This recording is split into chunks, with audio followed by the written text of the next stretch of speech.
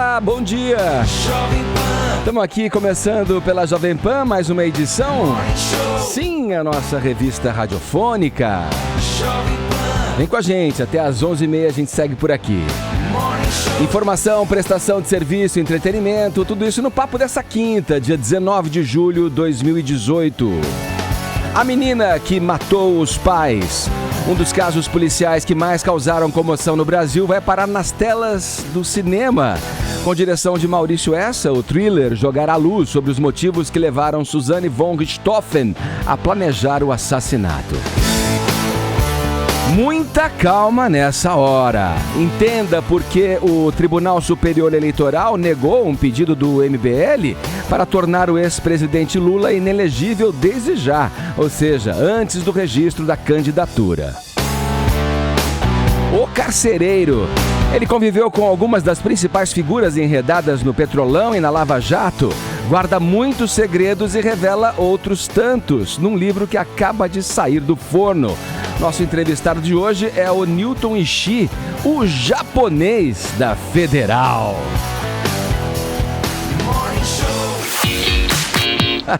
Esses são alguns destaques do Morning, que está apenas começando.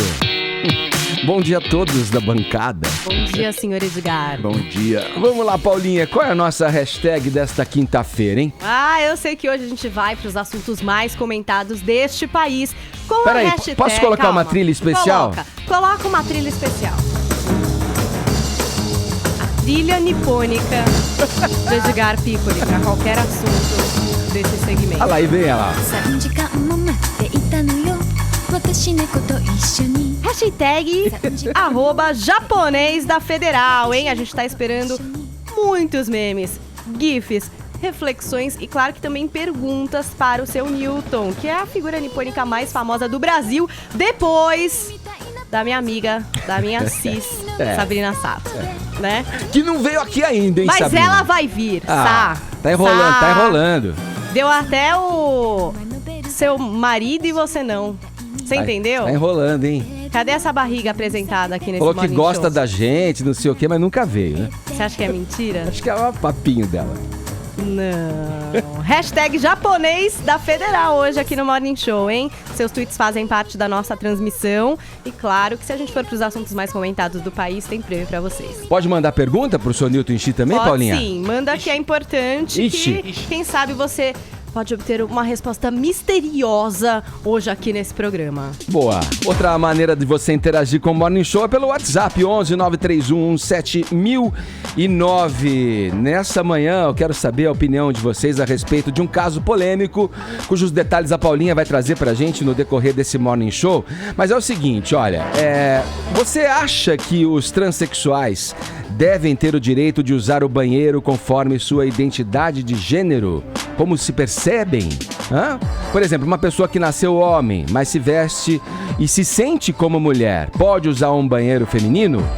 Responda pra gente em mensagem de vídeo ou áudio, tá bom? 11 931 7009. No mais, você acompanha tudo o que acontece nesse Morning Show pelo nosso aplicativo, vermelhinho da Jovem Pan.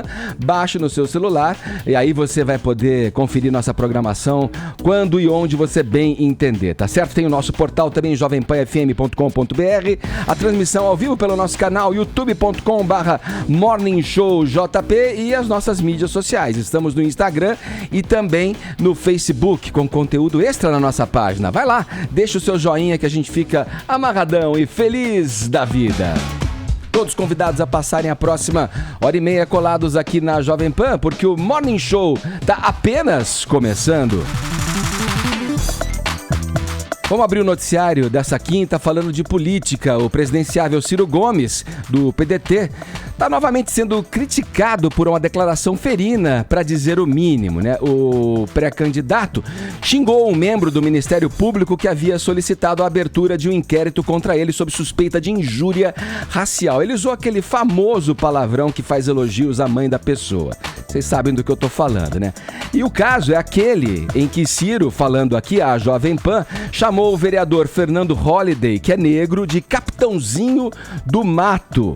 Após o xingamento, o presidente do PDT, Carlos Lupe, pediu que o Ciro Gomes seja ponderado ao fazer críticas públicas.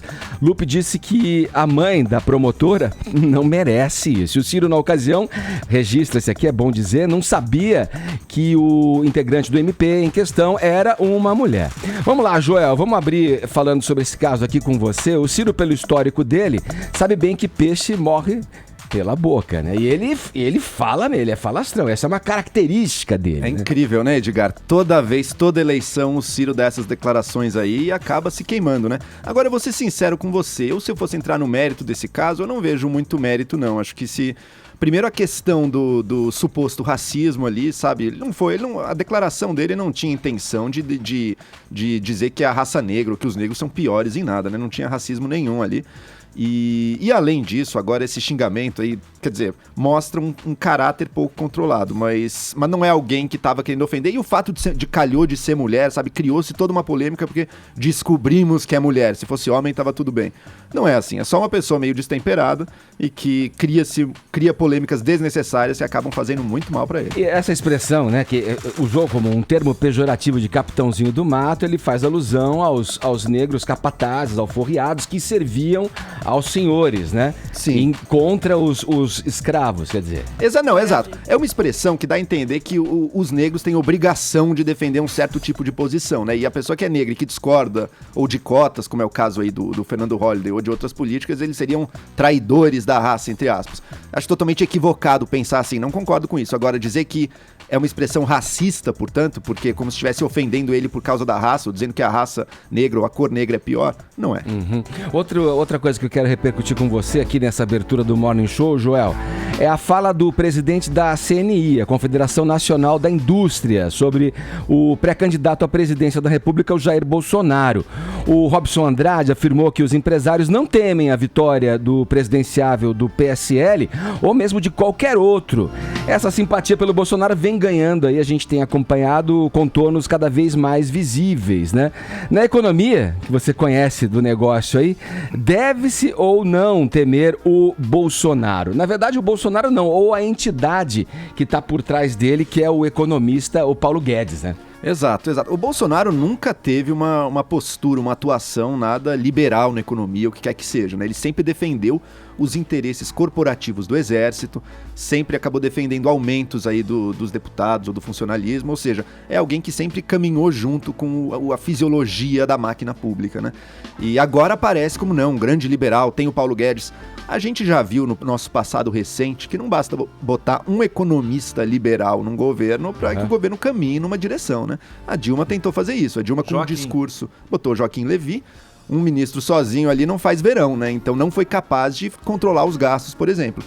O Paulo Guedes é alguém que não tem experiência de gestão pública também, nunca foi ministro, nunca... Então acho muito difícil acreditar que ele ali vai conseguir mudar o rumo de um governo, ainda mais de um governo de alguém como Bolsonaro, que está sempre do lado dos interesses da máquina pública, dos militares, dos deputados, enfim, da fisiologia. E é bom lembrar que os que têm grande responsabilidade por toda a estatização do Brasil, as construções das grandes estatais, foram os militares. O Bolsonaro é de um berço militar.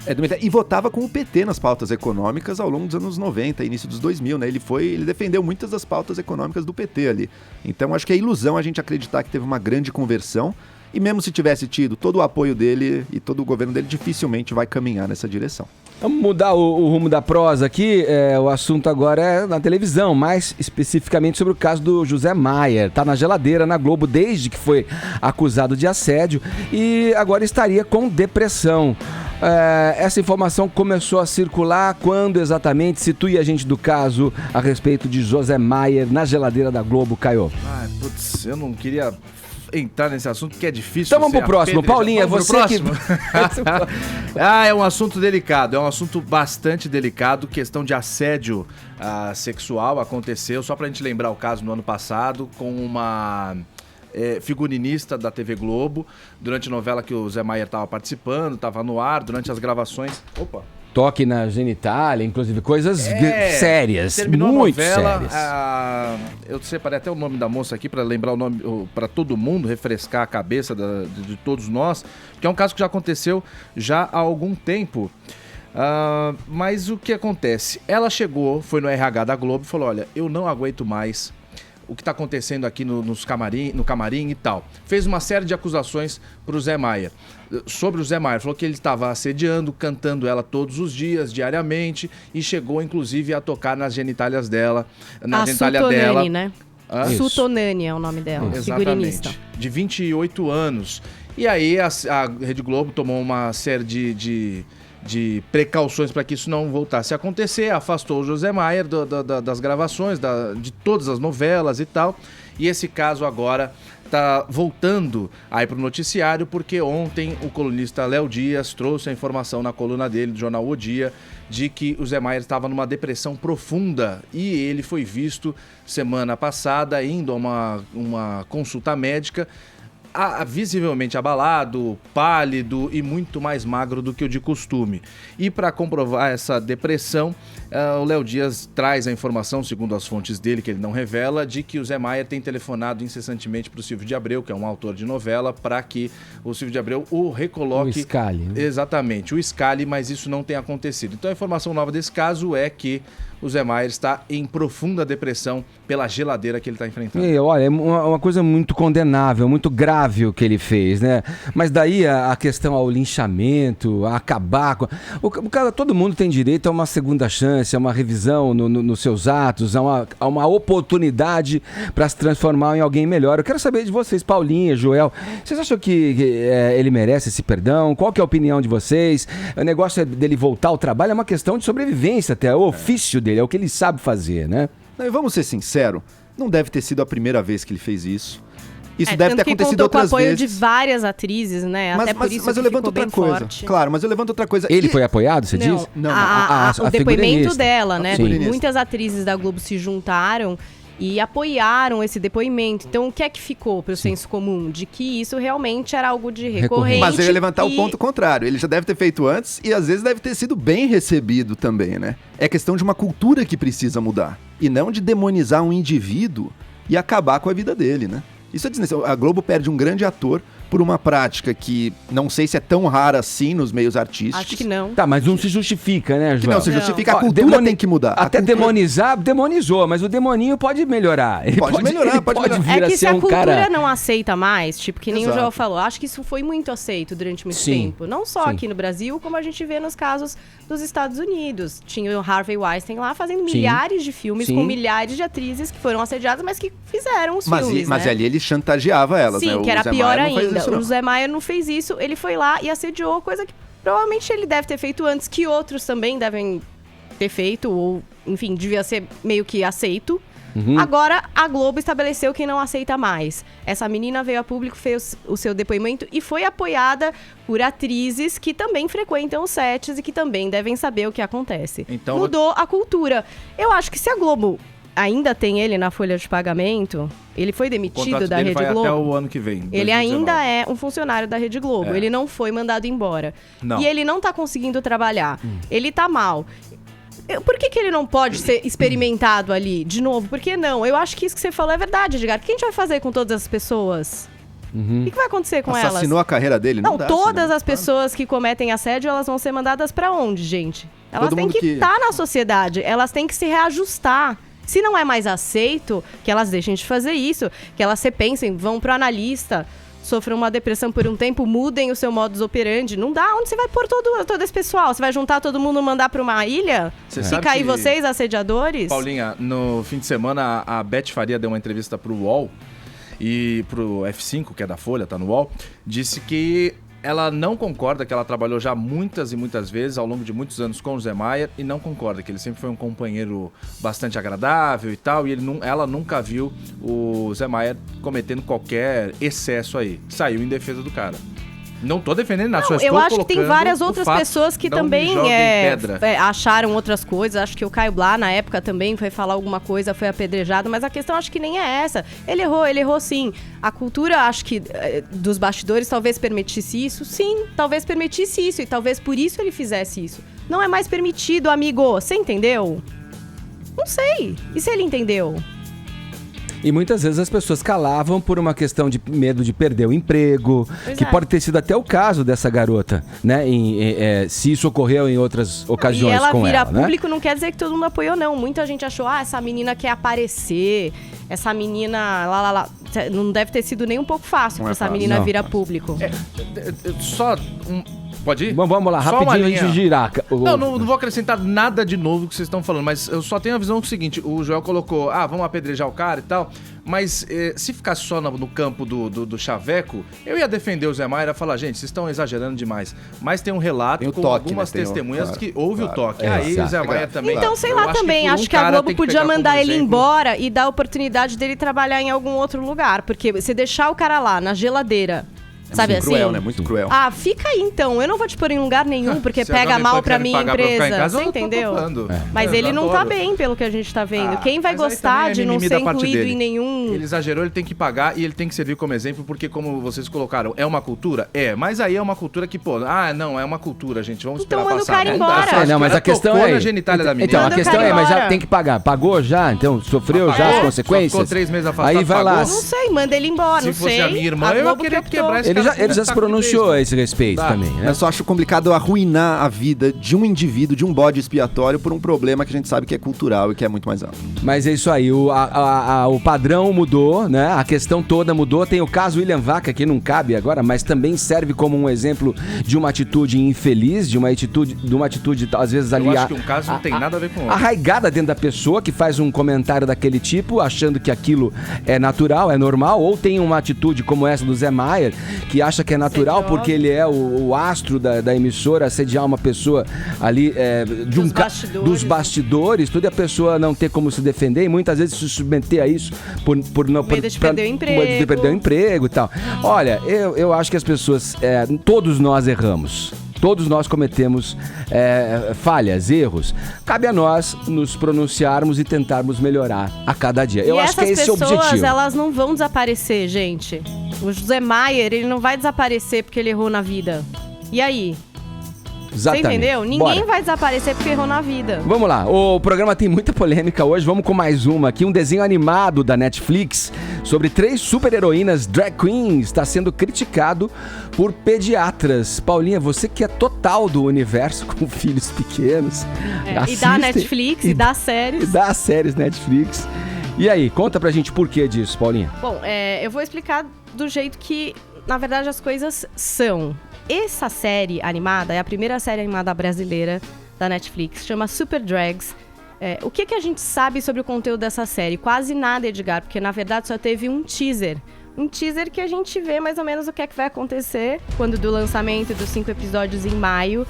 A gente vai ter como protagonistas os personagens Patrick, Doni e Ramon, que trabalham numa loja de departamento de dia e à noite se transformam nas drags Lemon Chiffon, Safira Cia e Scarlett Carmesine, né? E aí eles vão lutar para reunir a comunidade LGBT e espalhar purpurina pelo mundo. E essa animação foi lançada para adultos. A gente já sabia disso, uma animação para adultos, o que não é incomum, não é nenhuma novidade, Edgar. Vocês sabem bem que os Simpsons não é exatamente um desenho para criança, não é verdade? Né? Na Netflix mesmo, você tem o Rick e Morty, o BoJack Horseman, o Big Mouth, que são todas animações feitas para adultos, que os adultos assistem e que não estão disponíveis na plataforma na versão Kids. Porque o que acontece na Netflix, Edgar? Você tem ali o seu canal e você tem a versão Kids do canal, onde você tem o que é liberado para criança. Os pais também podem fazer outro tipo de controle dos conteúdos que estão ali. Então, podem colocar senha para que você acesse um tipo de conteúdo que é ali para uma outra faixa etária. Podem proibir alguns filmes para que sejam vistos. Por exemplo, esse não. Esse aqui ninguém vai conseguir assistir aqui no meu Play. Então, tem várias ferramentas ali no streaming para você regularizar isso. Agora, o que entendeu a Sociedade Brasileira de Pediatria? Entendeu que você fazer uma animação onde drag queens são super-heróis e usar o recurso de animação que para eles é destinado para as crianças, não dá.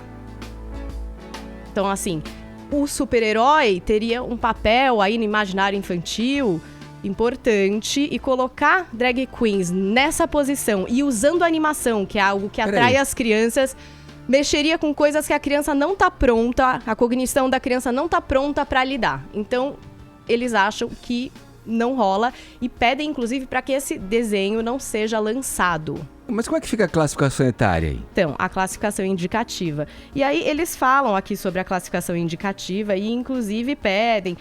Aqui, ó, no final do depoimento deles, eles falam, olha...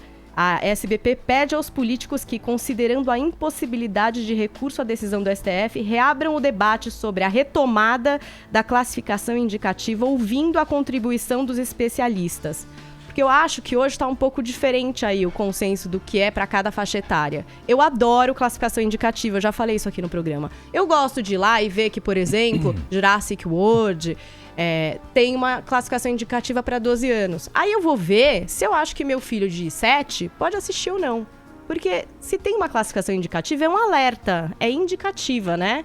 O pai pode ir lá e falar, vou levar meu filho, eu acho que não tem problema. É uma informação, eu acho legal. Agora, esse desenho ainda nem tem a classificação indicativa, porque ele ainda nem foi concluído, entendeu? Mas a Netflix já avisou que não é um conteúdo infantil. Pode ser que seja liberado, por exemplo, para 16 anos ou até para 18 anos, sei lá, ainda não está pronto, nem saiu a classificação indicativa ainda. Vamos ver se vai estar no Kids, né, no Netflix Kids. Eles já disseram que não está na Ah, plataforma entendi. Kids, que não é um desenho para criança. Aí o que vocês acham disso? Vocês acham que é um problema usar a animação? Eu não entendi direito, achei que eles estão um pouco perdidos no sentido de que a animação, gente, não é só para criança, viu?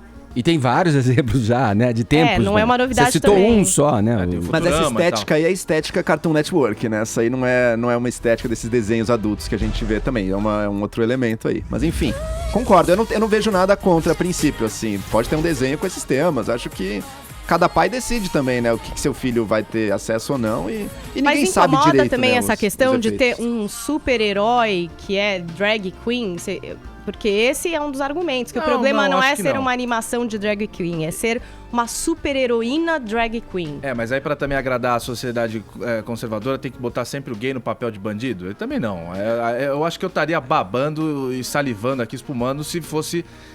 tivesse no Kids e não fosse pra criança. Aí eu ia falar, porra, os caras estão forçando a amizade. Mas como não tá? E viva Jô Soares, né? Que em plenos anos 80 criou o fantástico Capitão Gay, né? Capitão Gay, tem precedente, já é verdade. Hoje em dia o gay não pode nem ser o vilão, né? Porque vão reclamar, mas se for o super-herói também reclama. Então tem que ser o bonzinho, o amigo, né? O amigo. Tem que ser o murão, tem que ser em cima do muro. Não, eu acho que, também cada um tem que fazer o que bem entender. Se não tá no Kids, não tá expondo pra criançada lá, também ficar pegando no pé dos caras, também aí já é muito mimimi. Deixa cada um fazer o que bem quiser. Fechou, Paulinha? Nossa, eu concordei muito com o Caio agora. Não é na TV aberta, Você tá brincando, gente. sério? Dá pras crianças não verem. Mas eu mantenho a minha posição aqui. Se tivesse na Globo, na sessão da tarde, eu estaria xingando todo mundo. Bom dia e companhia pra passar. Bom dia. Agora, 10 horas 27 minutos, horário de Brasília. Jovem Pan Morning Show.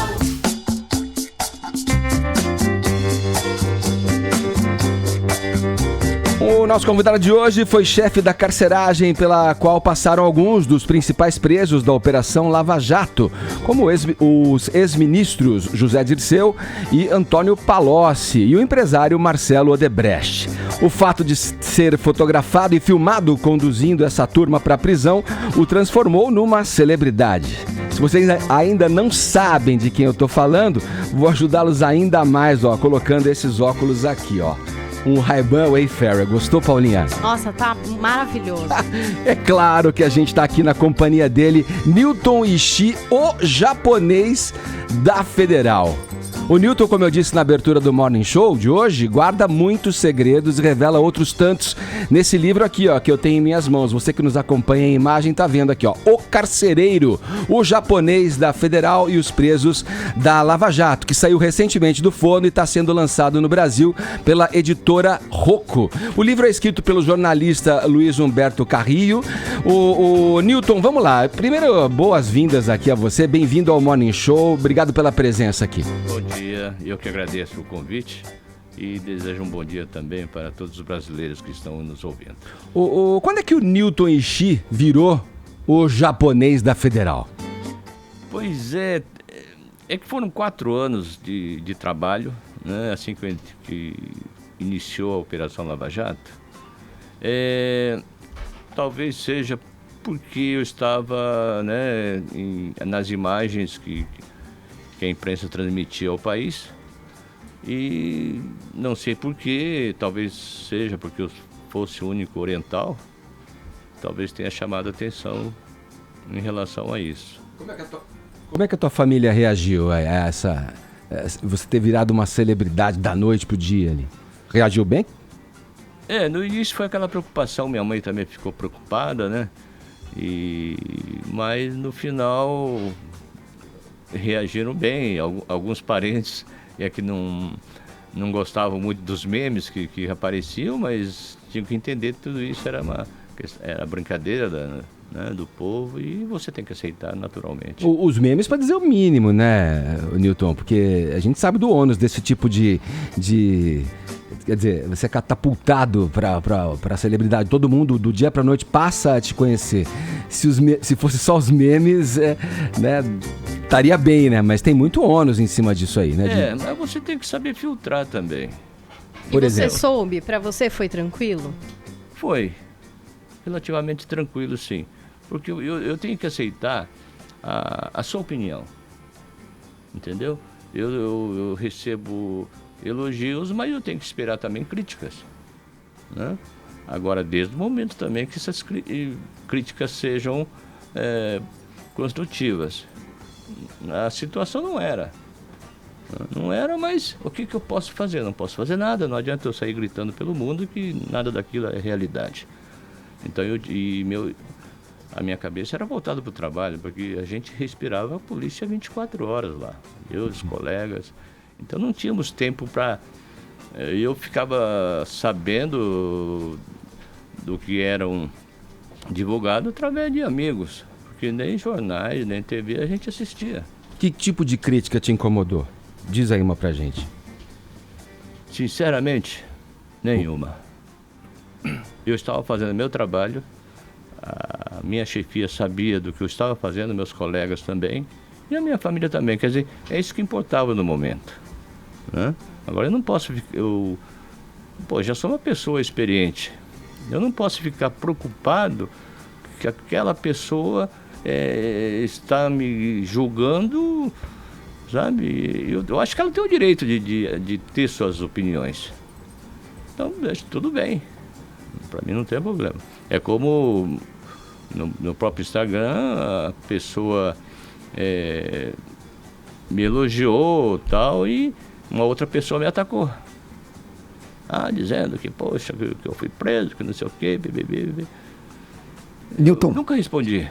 Mas aquele dia, acho que foi mês passado, falei, não, eu vou responder essa pessoa assim.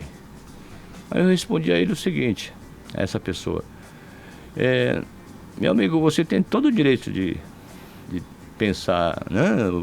Os seus pensamentos são livres, você tem todo o direito. Agora, eu só preciso de uma coisa de você, que você seja mais um brasileiro a colaborar para a gente mudar esse país. Pronto, acabou. Correto. Newton, deixa eu trazer a conversa para a sua relação com os presos, né? Na prisão é muito reconfortante quando a pessoa tem alguém para conversar, para desabafar. Os presos abriam o coração para você? Veja bem, foram... uma coisa que eu sempre falei sobre a diferença de um BBB. A gente assiste, são 3 meses que eles ficam juntos, né? É briga, discussão, né? Essa situação toda.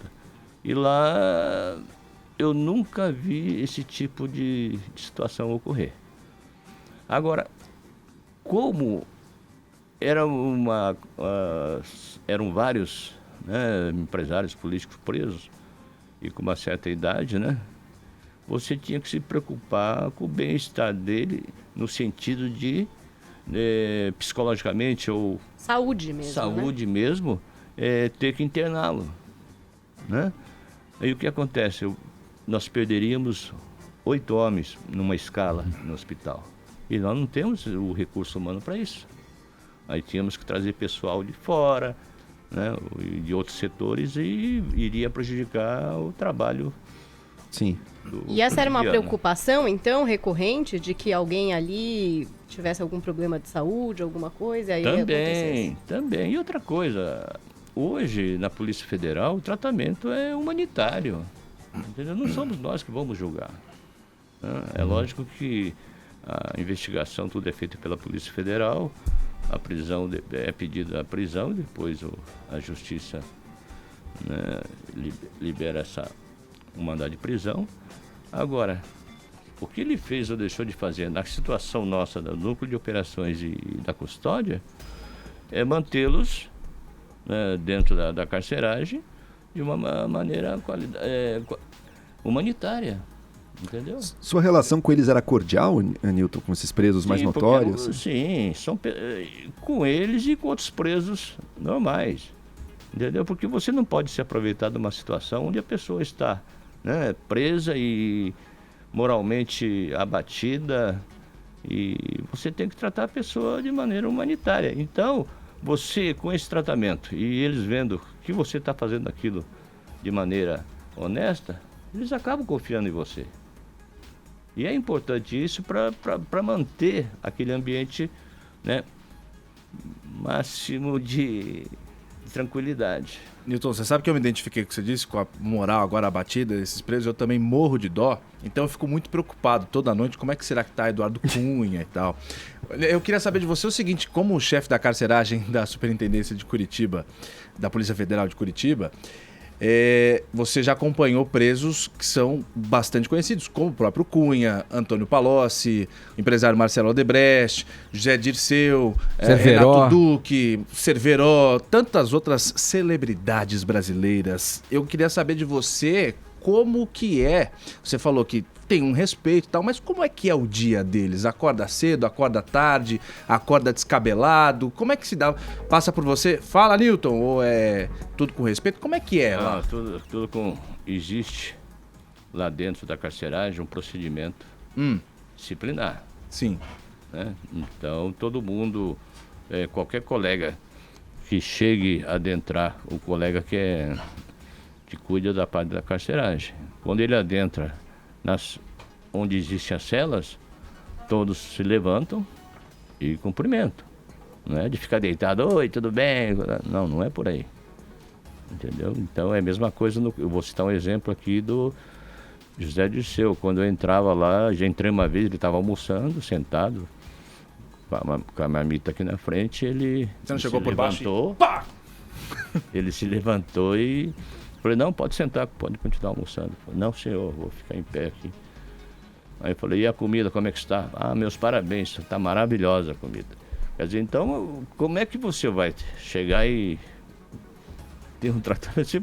Tudo bem, então, vou sair. E uma camaradagem quase assim? Não é uma camaradagem, é uma questão de respeito, entendeu? Porque o tratamento numa carceragem, ela é o quê? Uma vez de duas mãos. Se ele tem um comportamento digno, né, o tratamento também vai ser digno. Mais ou menos como é na sociedade, de forma geral, né? Mas assim, você disse que tem uma neutralidade, uma até cordialidade, uma neutralidade no tratamento dessas pessoas, né? Agora, a gente como ser humano, a gente tem empatias, mais por uns, menos por outros, né? A gente se identifica com uma pessoa e não com outra. Na prisão, é inegável que você tenha lá os seus sentimentos também, né? Você chegou a sentir que você estava enveredando por um sentimento não muito recomendável? Ou pro lado de tipo, da questão, não, eu não gosto dessa pessoa, eu vou ser severo, vou cumprir no rigor da lei? Ou também, por outro lado, a tua empatia ali, a tua simpatia até com um preso te levou a não favorecer, mas tratar de uma forma, digamos, com uma cordialidade em excesso, talvez? Não, eu não levo para esse lado. E outra coisa que eu saliento, a própria chefia sabia desse tipo de tratamento que existia lá. Não era eu vou tratar bem essa pessoa ou essa pessoa não, porque não está se comportando bem. Não, se cumpria o regulamento de uma carceragem, né? Sabe o que eu ia perguntar? Numa hora que a pessoa tá assim, tipo, presa numa pior, tem gente que reza pra Deus, pra ver se livra. Entre esses presos, você via algum deles assim, procurando a fé pra se reconfortar nessa hora de cárcere? Sim. Tanto que nós autorizávamos uma vez por semana, um determinado dia, que viesse um religioso, seja católico, seja evangélico, né? E que fosse lá ou uma missa, ou uma oração. Quem deles que se dedicava a isso? Que você via que era uma pessoa que estava se apegando à fé para passar por aquele momento? Todos. Todos? Todos. Ô Newton, a tua posição, na posição do carcereiro em geral, é muito próxima do preso. É como se fosse um garçom num restaurante. É uma posição próxima dos comensais que estão ali no restaurante comendo, almoçando e tal. Você já ouviu ou entreouviu conversas de, por exemplo, Palocci, Dirceu a respeito do Lula e do PT? Não me recordo. Cara ouvinte, ele fez uma Pensou- cara de que se pensou recorda, mas não quer Não, dizer, Newton. Eu tive essa assim, impressão. Eu tive essa impressão. Né? Aí ocorreu uma conversa que eu perguntei ao José Dirceu se não fosse o mensalão, né, em vez da Dilma, seria ele o presidente. Você fez essa pergunta a ele. Isso. É. Aí ele respondeu que não, que seria o Palocci. Por quê? O que mais ele falou? Ele falou que ele era mais articulador, né? E o Palocci tinha mais esse domínio de administração, né? Não foi pelo fato de o Lula, eventualmente, o estar preterindo, não gostar muito da figura do Dirceu, Não, preferir o Palocci. Nós nem tocamos no nome do Lula. Essa foi a minha pergunta, né? Que eu fiz a ele. Isso tá no teu livro? Esse diálogo? Eu acho que está no meu livro, sim. Está no meu livro. Já que a gente tocou no assunto Lula, você há pouco tempo estava falando agora de que existe todo um rito dentro do cárcere, não é assim, o sujeito fica de calça, de moletom o dia inteiro se quiser, deitado e tal, acorda cedo e tal, tem que seguir ali as regras da casa. Mas o Lula a gente sabe que tem uma esteira ergométrica, tem televisão, recebe mais visita do que eu, que estou aqui fora e tal. Então o Lula tem privilégios lá na superintendência da PF? Olha, eu me aposentei antes dele ser preso, mas em conversas com colegas não tenho conhecimento que ele tenha privilégio. É lógico que ele tem recebido visitas, né, de políticos, mas tudo autorizado pela justiça.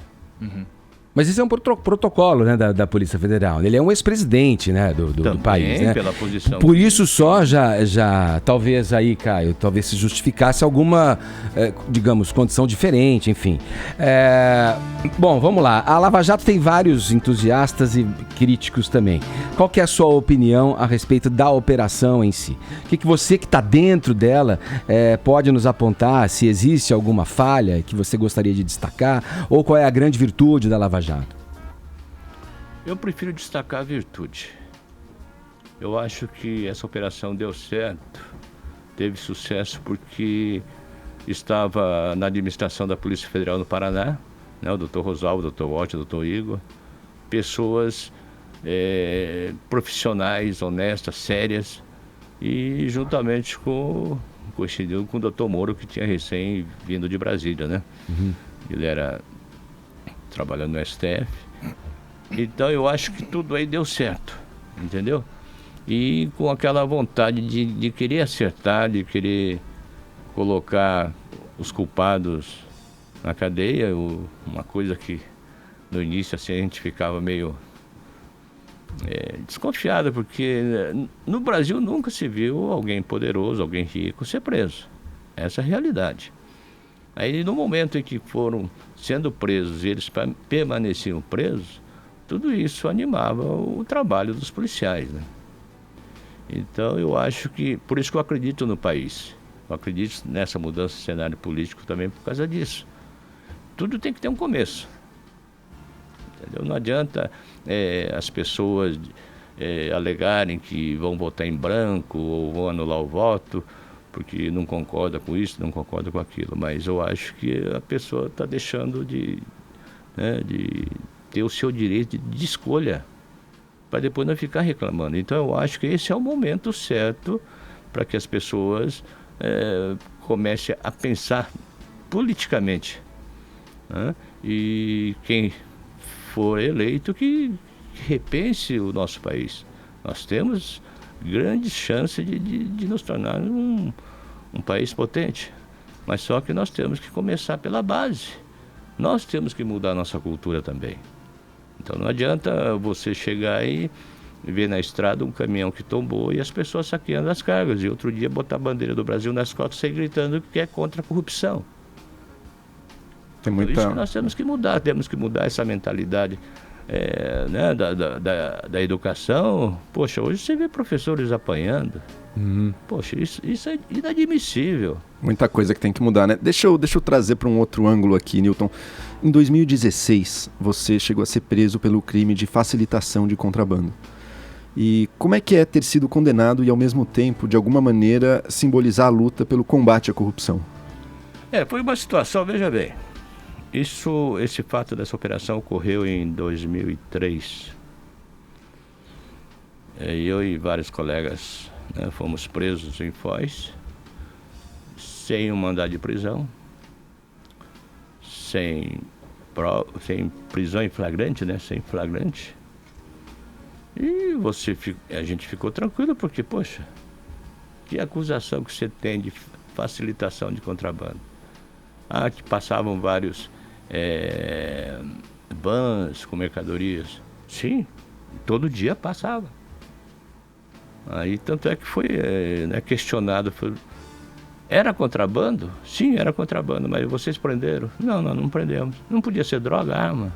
Não sabemos. Então como é que te acusam, né, de um crime que você tenha cometido, que se nem provas eles apresentam a você? Então nós tivemos que correr atrás para provar que nada daquilo era...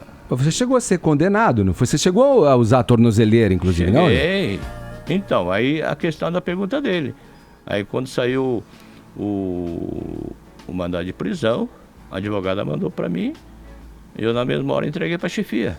Falou, tô aqui, minha arma tá aqui, minha carteira tá aqui, e tô assinando aqui.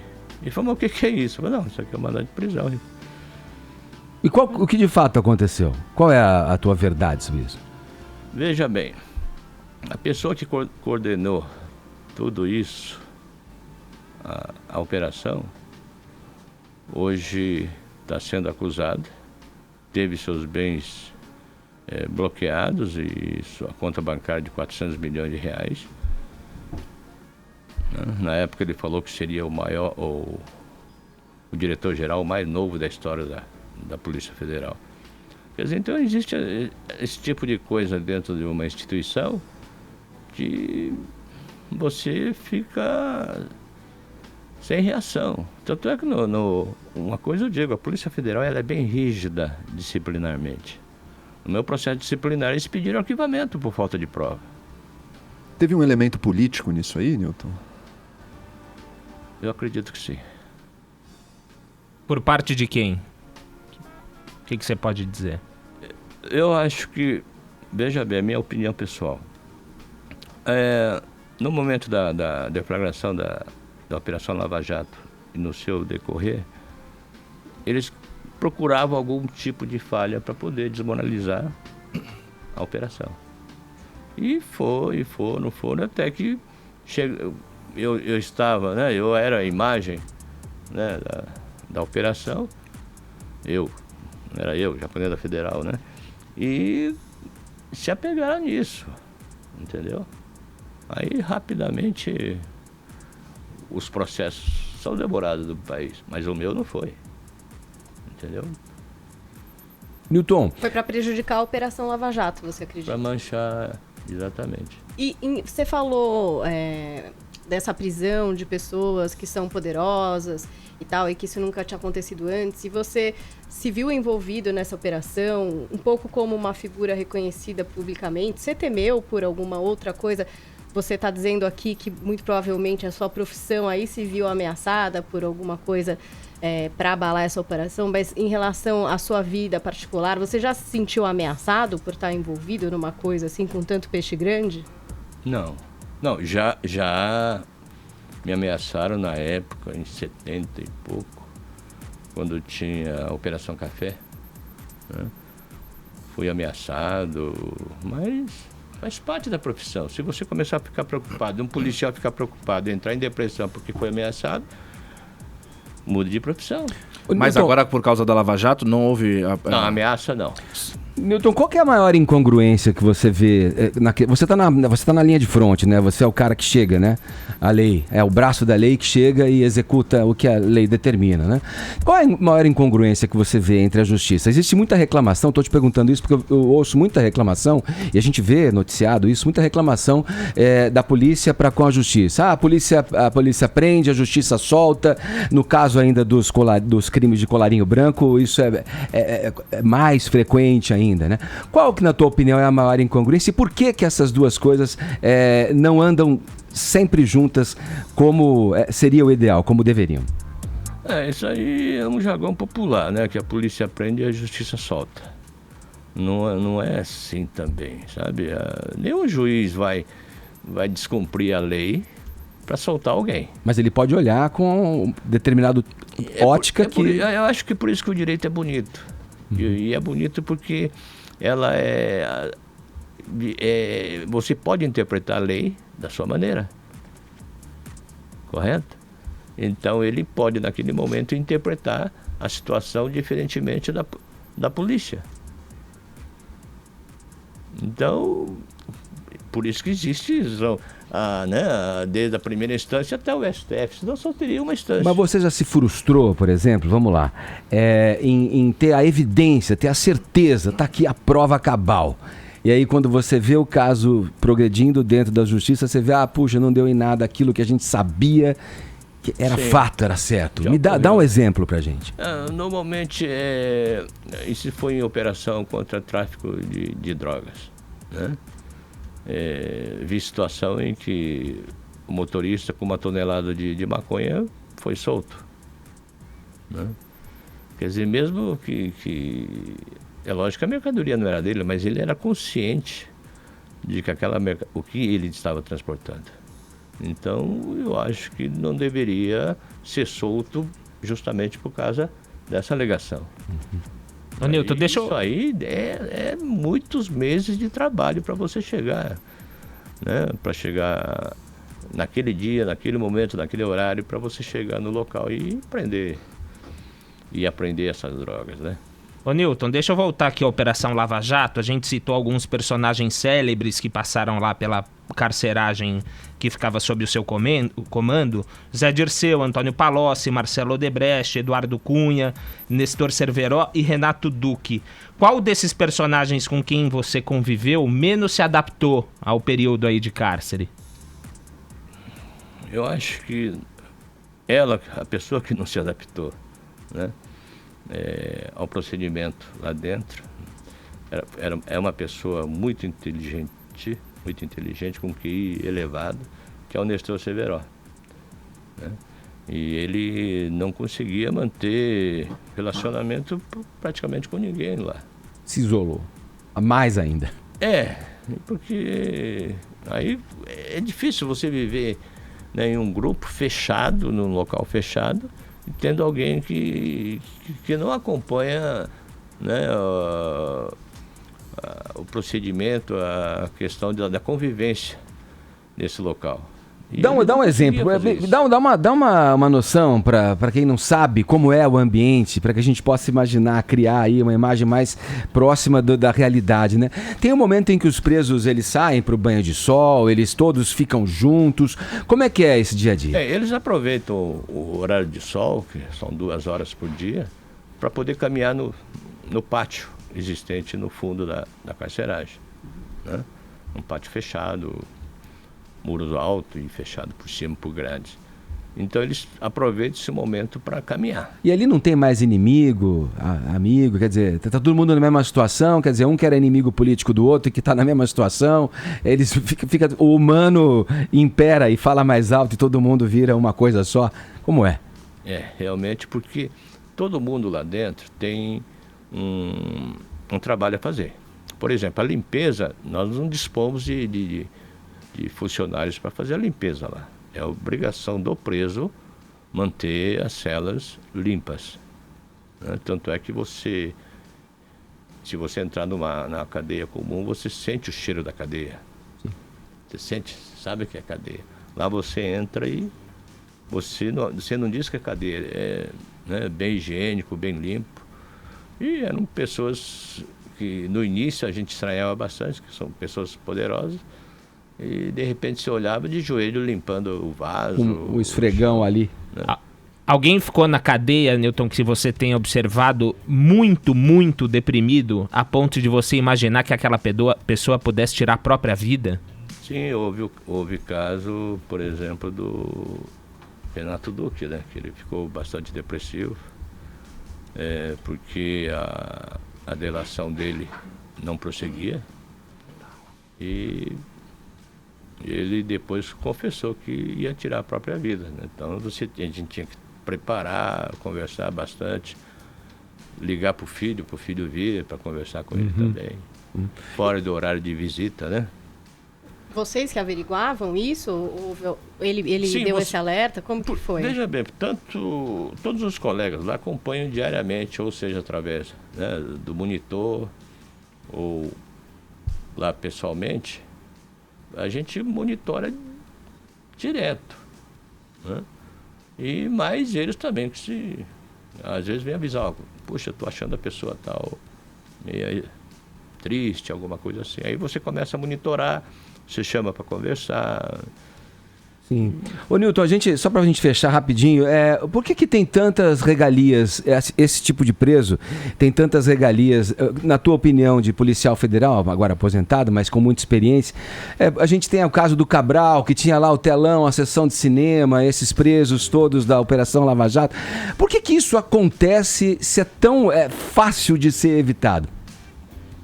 Eu não posso... E quem é que tinha regalia lá, se você pode dizer? Então, eu não posso dizer isso sobre a carceragem de Curitiba. Por exemplo, tinha televisão lá? Tem, mas autorizado pelo juiz. Nada entra lá sem autorização. Então, poxa, uma televisão falou do Cabral, não sei quantas polegadas, né, aquele quarto lá. Eu acho inadmissível isso, sabe? Então, todo mundo acha que eles estão com regalias, comendo isso, comendo aquilo. Não, é tudo controlado.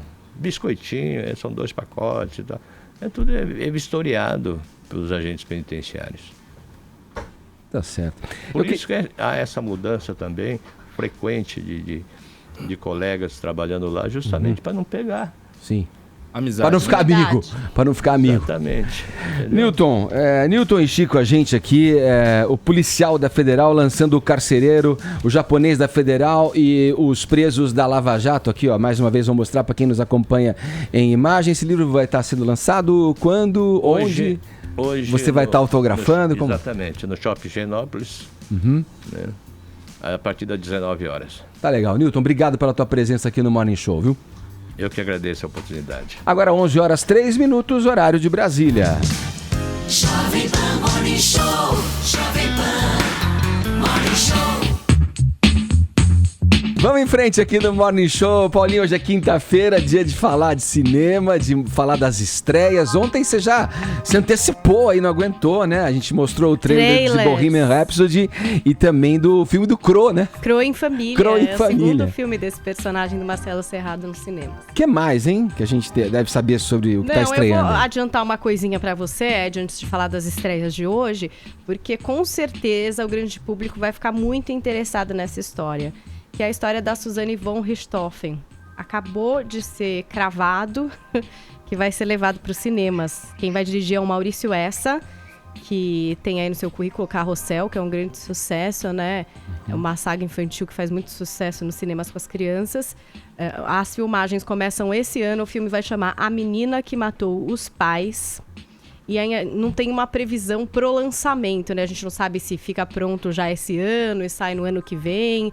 Enfim, a gente ainda não tem uma data do lançamento dessa história, mas com certeza vai despertar a curiosidade das pessoas para ir aos cinemas e conferir a história da Suzane e também dos irmãos Cravinhos, Edgar. E o que a gente sabe é que a criminóloga Ilana Casoy, que já esteve aqui no Morning Show, é uma das roteiristas do filme, junto com o Rafael Montes, que tem uma série de livros policiais também, com histórias de assassinato publicados. Então, a promessa aí de uma grande história nos cinemas, né? A Ilana Casoy participou da reconstituição do crime e ela fez ela um livro sempre sobre isso, ela é muito bom o livro acompanha dela. também o julgamento. Muitas vezes ela até faz parte das equipes para apurar as coisas que aconteceram, né? Ela estuda isso daí, serial killers, crimes violentos, é meio que uma especialidade da Ilana.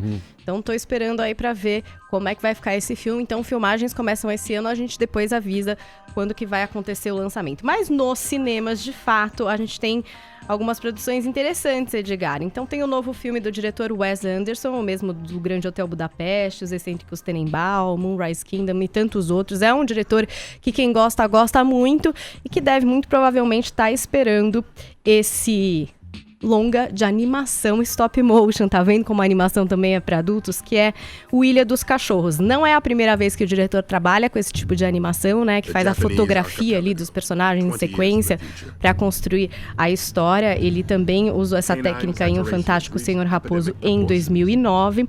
E a história é engraçada, Edgar. Tem um prefeito que baixa uma lei que é o seguinte: ninguém mais pode ter cachorro na cidade. Tem uma gripe associada aos cachorros, e aí esse prefeito meio duvidoso baixa essa lei e manda todos os cachorros para uma ilha onde eles mandavam também o lixo. Então todos os cachorros são mandados para essa ilha. Agora tem um garotinho de 12 anos que não se conforma e vai até a ilha para reencontrar o seu amigão, o Spots. Que ele mesmo, o Spots, chegando ali na ilha, vai ter que descobrir como é que ele vai se virar, né? Com os outros cachorros que ele vai fazer parte, como é que eles sobrevivem por lá, etc e tal. Então essa é a história do Ilha dos Cachorros, o filme do Wes Anderson, agora nos cinemas, para vocês conferirem. Aí tem uma outra produção que chama Chill Drill e que vai chamar muita atenção de quem curte basquete, porque eles tiveram uma ideia muito legal de pegar vários craques do basquete, alguns estão na ativa, outros estão aposentados, e colocar eles nesse filme, só que todos são velhinhos no filme. Então o Shaquille O'Neal, mó velhinho, entendeu? Todos os caras velhinhos. E aí, você tem o personagem do Lil Ray Horne, que tá no filme Corra, ele faz o policial, que é brother do protagonista. Ele interpreta um jogador frustrado de basquete que vai juntar um timão pra entrar num campeonato de rua super badalado em Nova York. E o timão dele vai contar com essas estrelas, né? O Kyrie Irving, o Reggie Miller, Chris Webber, Nate Robinson. Pô, e claro demais, que também hein? o Shaquille O'Neal. E todos são velhinhos, então ele tem suas limitações. Então um tá meio cego, sabe? Assim, o outro tá meio mal. E pelo trailer aqui, Paulinho, eu vi, tem imagens originais, né? É isso mesmo ou é um filme feito com a tecnologia de hoje pra parecer antigo? Como Não, que é um filme e a vibe é nos anos 70, é meio anos 70 Sim. de vibe, assim, do Sim. filme, né? E os caras estão todos velhinhos, entendeu? Esses velhinhos que vocês estão vendo são os jogadores de futebol não, né? De basquete, incríveis, que muitos não são velhinhos, gente. Uma pegada comédia, assim, né? Meio pegada comédia. E aí a gente tem também, rapidamente pra vocês, a gente já falou bastante aqui no programa, com o Cauã Raymond, inclusive, né? O filme dele com a Tata Werneck, Uma Quase Dupla, também é outro lançamento que chega aos cinemas hoje. Eles fazem uma dupla de detetives aí que vão ter que investigar um serial killer. Mas, gente, é uma comédia, tá? Não tem nada, assim, que vai deixar você muito arrepiado em Uma Quase Dupla. Mais um lançamento nos cinemas nessa quinta. Falado, Paulinha. Vamos lá, o Tribunal Superior Eleitoral negou um pedido do MBL para tornar o ex-presidente Lula inelegível desde já, ou seja, antes do registro da candidatura. Parece que essa frase já tem a resposta, né, Caio? Vamos lá para os detalhes?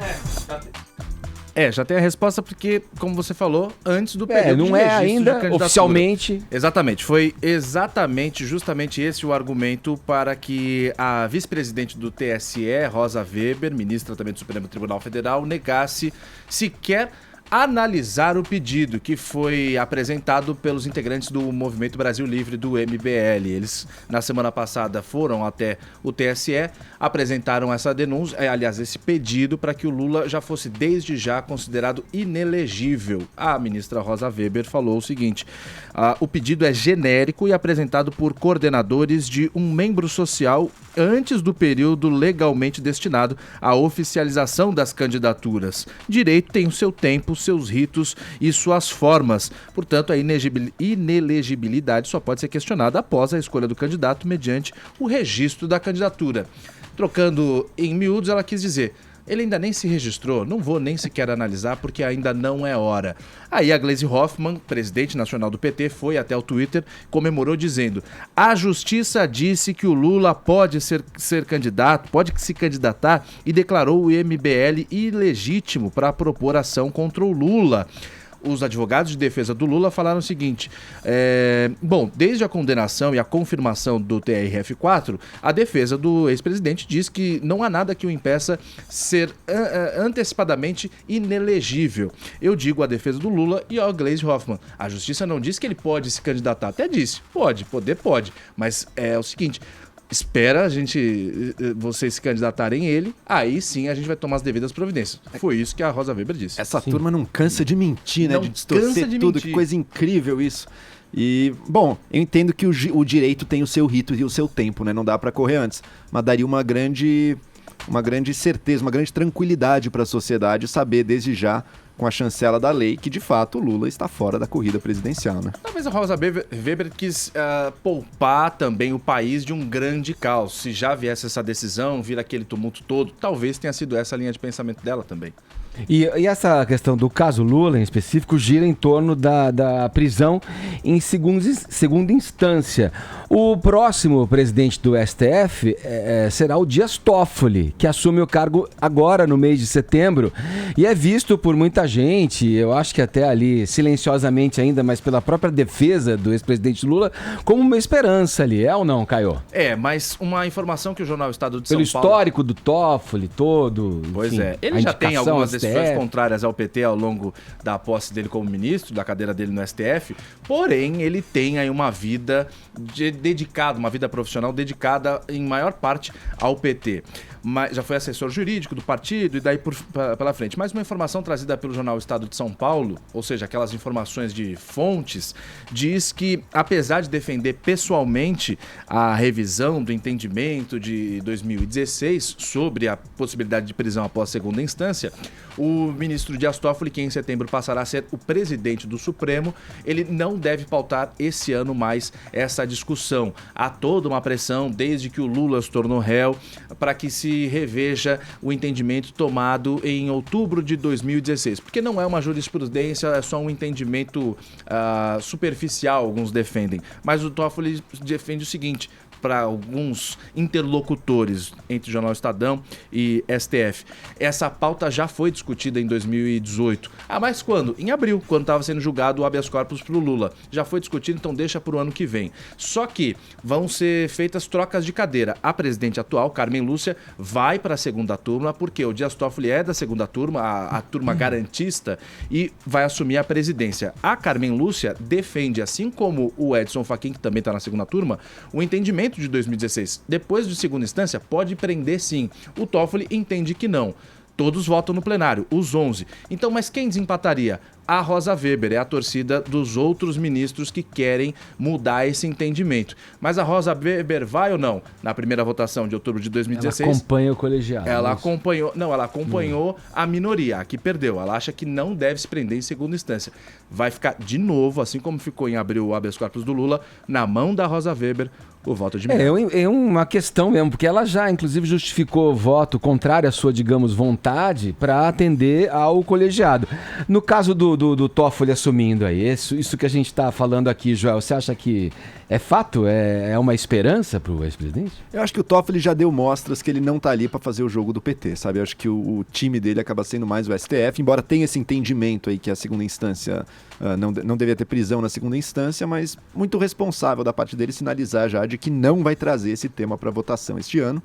E foi uma grande conquista do Brasil, né, pessoal? Poder finalmente prender alguém condenado. O Brasil é o país que mais demora para prender, né? Porque tem país em que a prisão já se dá na segunda instância, alguns na primeira instância, e tem outros países, como Portugal, por exemplo. Portugal, de fato, também a pessoa só é presa depois da última instância. Só que lá são 3, não 4. Sim. E raramente o caso vai pro Supremo de Portugal lá. Então, na prática, dá 2 instâncias, sabe? O Brasil tá chegando ao que o direito faz no mundo inteiro. E é justo isso. Finalmente estamos vendo políticos indo pra prisão. Isso é uma grande vitória. Políticos corruptos, né? Isso é uma grande vitória. Agora 11 horas 20 minutos, horário de Brasília. Jovem Pan Morning Show.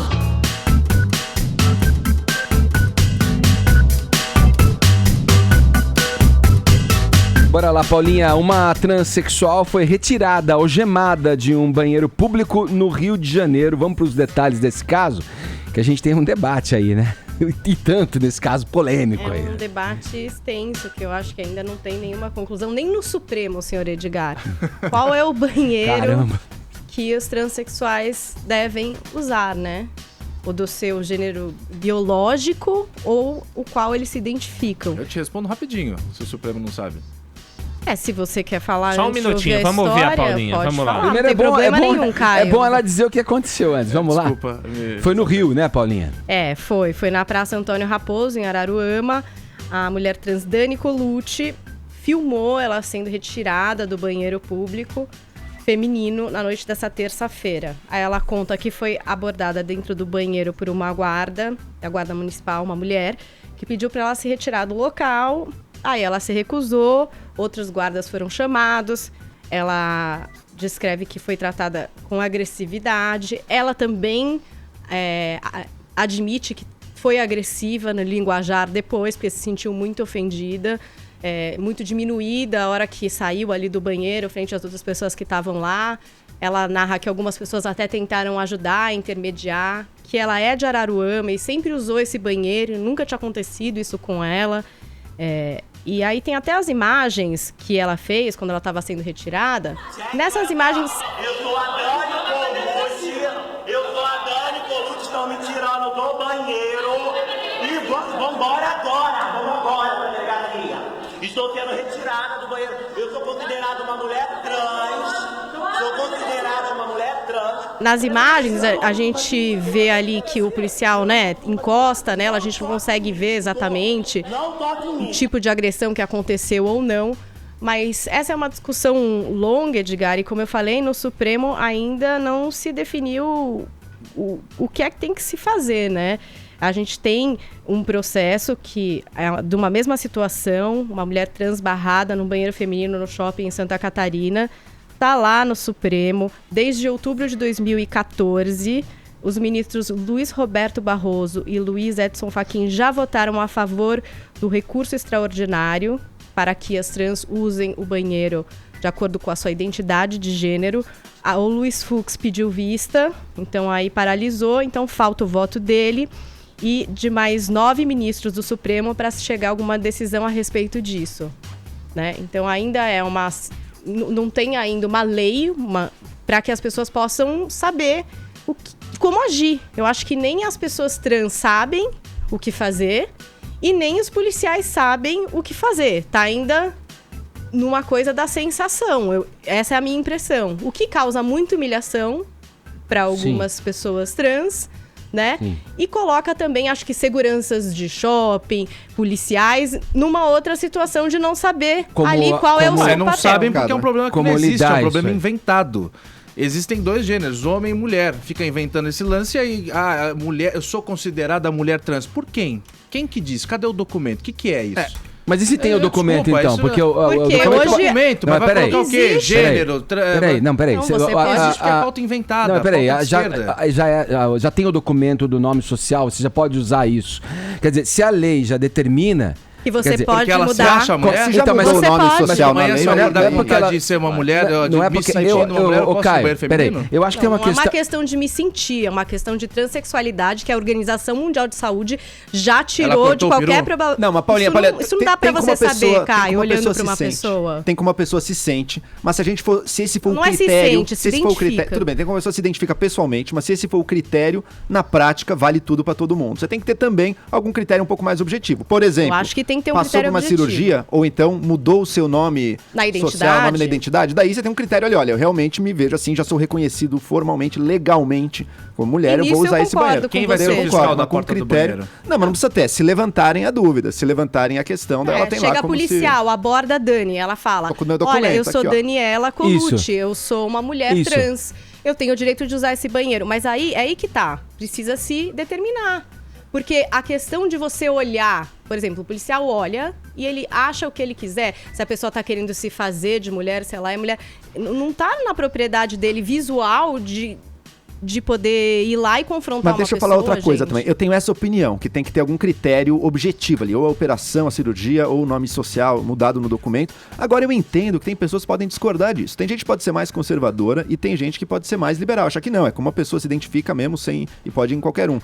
Por isso que eu acho também, é uma pena que a gente no Brasil espere sempre que o STF, que uma autoridade federal determine tudo pra todos, sabe? Você podia ter muito mais, cada instituição bolando as suas soluções. É Você uma diz pena assim, que a gente no não... shopping é de um jeito, no banheiro público é de outro. Aí também fica um pouco confuso. Mas você cada não acha, instituição Joel? tem as suas próprias regras, isso é natural.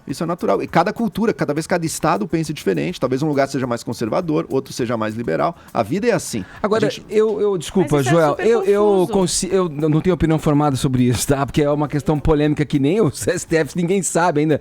Eu também não sei. Mas eu acho que tem uma questão que eu acho que vai ao encontro do que você tá trazendo no teu pensamento, Caio, que eu também sinto que é muito forte, que se impõe, na verdade, que é a questão biológica. Quer dizer, o Joel fala, bom, tá bom, tem uma questão prática, então o nome social tá no documento, então beleza, estaria valendo. Fez a cirurgia, ok, beleza, estaria valendo. Mas é polêmico, cara. Como é que você vai... Até porque que eu, Gente, a polêmica cirurgia- toda eu acho que é gerada por uma questão tem assim, nada a o que ver. pode acontecer naquele banheiro? A maldade, os atos mais pernósticos que podem acontecer, eles acontecem independentemente Da identificação do de gênero. Exato. E aí fica uma questão que, cara, se o governo e a lei já reconhecem e a adoção do nome social, então vamos em frente, gente. Vamos caminhar É considerada mulher. nesse Se sentido. Você pode ter a sua documentação como mulher, e se um homem trans também pode ter a documentação Vai usar dele o banheiro com que como você se masculino, identifica, Sim, não é? com o gênero que você se identifica. Perguntamos aos ouvintes aqui o que eles acham dessa história. Vamos conferir? Bom dia, galera do Morning Show. É Carlos, mais uma vez, de Vertentes, Pernambuco. Quanto a essa pergunta de hoje, se os trans devem frequentar o banheiro no qual eles desejam, era só o que faltava. Meu amigo, ele nasceu homem. Por mais que ele queira ser outra coisa, ele não vai conseguir. Ele nasceu homem. Ele não pode ir contra a natureza. Ele tem que usar banheiro de homem. A mesma coisa a mulher. Não tem como lutar contra a natureza, por mais que se queira e por mais que tenha apoio. Tá bom? Eu sou contra esse procedimento. Eu sou a favor de várias outras regras, outras normas que protegem eles. Mas essa sou totalmente contra. Bom dia. Bom dia, pessoal da bancada do Morning Show. Um abraço a todos. Amo muito vocês. Não percam só programa. Quanto à questão colocada hoje, eu sou uma pessoa cristã. Eu acredito que Deus fez homem, mulher, animais. Mas as coisas hoje a gente está vivendo num mundo tão conturbado que parece que estamos cercados de mutantes, né? E se Deus permite que estejamos entre mutantes, eu acho assim, a gente deve lembrar que atrás de cada pessoa, travestida ou não, existe um ser humano que foi criado e amado por Deus.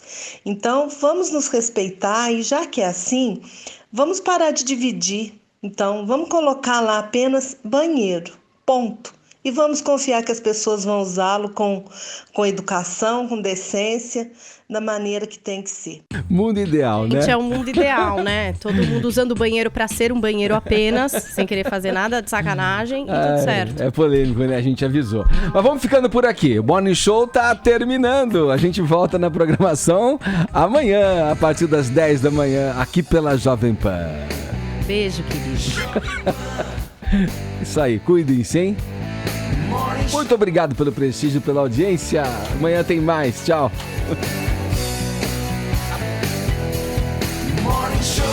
Você ouviu Jovem Pan Morning Show.